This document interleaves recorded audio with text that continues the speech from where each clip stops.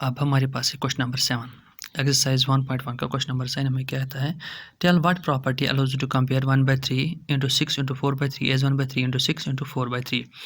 यही property of associative इससे पहले ही हमने डिस्कस किया हुआ है। यहाँ पर इन्होंने क्या किया है, पहली बार इन्होंने 6 को एसोसिएट किया हुआ है 4/3 के साथ और उन दोनों को ब्रैकेट में क्लोज करके इन्हें पहले सॉल्व करना है बॉडमास रूल के मुताबिक से, और दूसरे में यानी 1/3 इंटू 6 में इसने 6 को एसोसिएट किया हुआ है 1/3 के साथ। इसका मतलब बॉडमास रूल के मुताबिक से पहले इसको 1/3 के साथ सॉल्व करना है। ये सिंपल है।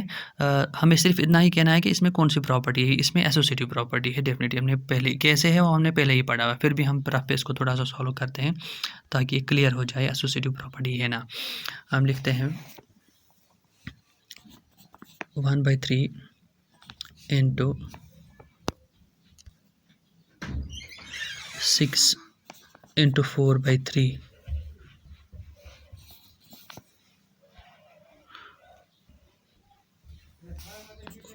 और दूसरे साइड से 1/3 इंटू 6 इंटू 4/3। तो हम यहाँ पर पहले इस ब्रैकेट को सॉल्व करते हैं। 6 इंटू 4 हुआ 24 डिवाइड बाई 3 इसको यहाँ पर पहले इसको 6 1 ज़र हुआ 6, यहाँ पर देख लीजिए मैंने यहाँ पे लिखा इसको, यानी पहले मैं ब्रैकेट वाले को यहाँ पे सॉल्व करता हूँ। 6 4 24 मैंने लिखा 24 डिवाइड बाई 3 1/3 को मैंने ऐसे ही रखा बॉडमास रूल के मुताबिक से, और यहाँ पर मैं इस ब्रैकेट को सॉल्व करता हूँ। 6 1 ज़र हो जाएगा 6 डिवाइड बाई 3 और उसके बाद मल्टीप्लाई बाई 4 डिवाइड बाई 3। तो ऊपर वाले के साथ यानी 24 डिवाइड बाई 3 3 ज़र 9 इजक्वल टू 6 4 ज़र 24 डिवाइड बाई 3 3 ज़र 9, यानी दोनों साइड से हमें रिजल्ट सेम आया। इसका मतलब कि एसोसिएटिव प्रॉपर्टी होल्ड करता है। उसके बाद नेक्स्ट क्वेश्चन है हमारे पास, यानी क्वेश्चन नंबर 7 का अब यही है कि ये एसोसिएटिव प्रॉपर्टी होल्ड करता है। उसके बाद question number 8 is 8/9 the multiplicative inverse of -1 into 1/8 why और वाई नॉट। देखते हैं, कहता है कि -1 इज टू 1/8 क्या 8/9 का रेसिप्रोकल है, यानी ये मल्टीप्लिकेटिव इनवर्स है। इसका मतलब इन दोनों को अगर आपस में मल्टीप्लाई करेंगे तो हमें रिजल्ट 1 आना चाहिए। तो हम देखते हैं इसको क्या है ये, यानी क्वेश्चन नंबर 8 है ये, यानी क्या 8/9 मल्टीप्लिकेटिव इनवर्स है किसका, -1 इज टू 1/8। हम रफ पे इसको करते हैं, ये देख लीजिए मैंने लिखा, यानी क्या -1 इज टू 1/8 8/9 का मल्टीप्लिकेटिव इनवर्स है। हम पहले इसको सॉल्व करते हैं। 8 1 ज़र हुआ 8 8 और 1 हो गई 9, यानी ये निकला -9/8। तो क्या यहाँ पर 8 इन दोनों को आपस में मल्टीप्लाई करेंगे तो देखते हैं क्या रिजल्ट आता है। 8 और 8 कैंसिल, 9 और 9 कैंसिल, यहाँ से मुझे निकला -1। इसका मतलब ये इसका मल्टीप्लिकेटिव इनवर्स नहीं है, क्योंकि रिजल्ट 1 आना चाहिए था तब जाके इसका मल्टीप्लिकेटिव इनवर्स था, यानी -1 इज टू 1/8 8/9 का मल्टीप्लिकेटिव इनवर्स नहीं है। उसके बाद आते हैं नेक्स्ट क्वेश्चन की तरफ, यानी 8 वाले क्वेश्चन को -1 इज टू 1/8 आंसर, यानी वही इसका मल्टीप्लिकेटिव इनवर्स नहीं है, क्योंकि इन दोनों को प्रोटेक्ट करने से हमें 1 आंसर नहीं निकलता है। उसके बाद है क्वेश्चन नंबर 9, क्या is 0.3 the multiplicative inverse of 3 is to 1/3 why और वाई नॉट। ये आपको खुद ही आना चाहिए, इसी तरह ही आपको करना है। फिर मैं चलो जल्दी से दिखाता हूँ, इसको भी ट्राई कर लेते हैं। क्या 3 इज टू यानी 0.3 का मल्टीप्लिकेटिव इनवर्स क्या है, 3 इज टू 1/3। तो हम देखते हैं 3 3 ज़र हुआ 9 9 और 1 हो गए 10, यानी ये हुआ 10 डिवाइड बाई 3। क्या इसका मतलब यानी 10 डिवाइड बाई 3 0.3 का मल्टीप्लिकेटिव इनवर्स है कि नहीं है।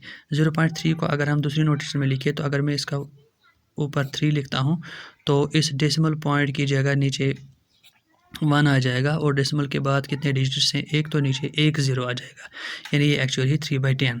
तो इन दोनों को आपस में मल्टीप्लाई करते हैं, 10 और 10 काटेगा, 3 और 3 कटेगा, वहाँ से रिजल्ट निकलेगा 1। यस, यानी 3 इज टू 1/3 इसका मल्टीप्लिकेटिव इनवर्स है, यानी क्वेश्चन नंबर 9 ठीक है, यानी 0.3 का मल्टीप्लिकेटिव इनवर्स है 3 इज टू 1/3। उसके बाद हमारे पास क्वेश्चन नंबर 10। क्वेश्चन नंबर 10 का पहला है the rational number that does not have a reciprocal. The rational number that does not have a reciprocal वो है 0, यानी वो रेशनल नंबर जिसका कोई रेसिप्रोकल नहीं होता है। ये देख लीजिए आप, 0 खुद रेशनल नंबर है, क्योंकि उसको मैं नीचे 1 डिवाइड करूँ या कुछ भी नहीं रखूँ तो ये रेशनल नंबर है वैलिड। लेकिन इसका उल्टा अगर मैं करूँ 1 डिवाइड बाई 0, ये नॉट डिफाइंड बन जाता है। इसका मतलब 0 ही यानी इसका कोई रेसिप्रोकल नहीं होता है, यानी 0 है ऐसा रेशनल नंबर जिसका कोई रेसिप्रोकल नहीं होता है। दूसरा क्या है, the rational numbers that are equal to their reciprocals, वो है 1 एंड -1। ये देख लीजिए, मैं दिखाता हूँ आपको कैसे। 1 एंड -1, देखो 1 डिवाइड बाई 1, इसका रेसिप्रोकल करेंगे तो वो भी 1/1 ही आ जाएगा। इस तरह -1/1, इसका रेसिप्रोकल करेंगे तो वो भी -1/1 ही आ जाएगा, यानी इसका भी 1 आएगा, इसका -1 ही आएगा। इसका मतलब 1 और -1 ऐसे दो रेशनल नंबर्स हैं जिनका रेसिप्रोकल भी यही आता है। The rational numbers that are equal to their reciprocals, yes. The rational number that is equal to its negative, वो है 0, क्योंकि 0 का नेगेटिव भी 0 ही होता है। एक्चुअली 0 का कोई नेगेटिव नहीं है, वो वही है 0, यानी 0 is the rational number which is equal to its negative.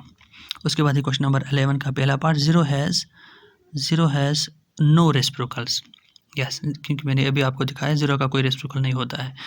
Question number 11 का सेकंड पार्ट क्या है, the number dash and dash are their own reciprocals, वो वही हुआ 1 एंड -1, जैसे मैंने अभी आपको दिखाया, क्योंकि इन दोनों का ही रेसिप्रोकल इसके बराबर होता है। उसके बाद क्या है, तीसरा है द रेसिप्रोकल ऑफ -5 इज़ 1/-5, ठीक, -5 का सीधे 1/5 आएगा, 1/5 आएगा। Reciprocal of 1/x where x is not equal to 0 is x, यानी reciprocal of 1/x is x, यानी 1/x का रेसिप्रोकल x है। The product of two rational numbers is always a rational number, क्योंकि हमने पहले ही पढ़ा है that rational numbers are closed under multiplication. Addition में भी, सब्ट्रैक्शन भी, मल्टीप्लिकेशन में भी और डिवीजन में भी ये क्लोज्ड होते हैं। डिवीजन में भी सिर्फ एक सिचुएशन है जब ये क्लोज नहीं होता है कि अगर आप 0 वाले किसी रेशनल नंबर से इसको डिवाइड करेंगे तब ये नॉट डिफाइंड बन जाता है। अदरवाइज रेशनल नंबर्स एडिशन में भी, सब्ट्रैक्शन में भी, मल्टीप्लिकेशन में भी और डिवीजन में भी क्लोज्ड होते हैं। इसका मतलब the product of two rational number is always a rational number, यानी 5वें को रेशनल नंबर आएगा। The reciprocal of a positive rational number is positive, यानी पॉजिटिव रेशनल नंबर का रेसिप्रोकल भी क्या होता है, वो भी पॉजिटिव होता है। That's it. इसके साथ हमारी ये एक्सरसाइज खत्म हो जाती है।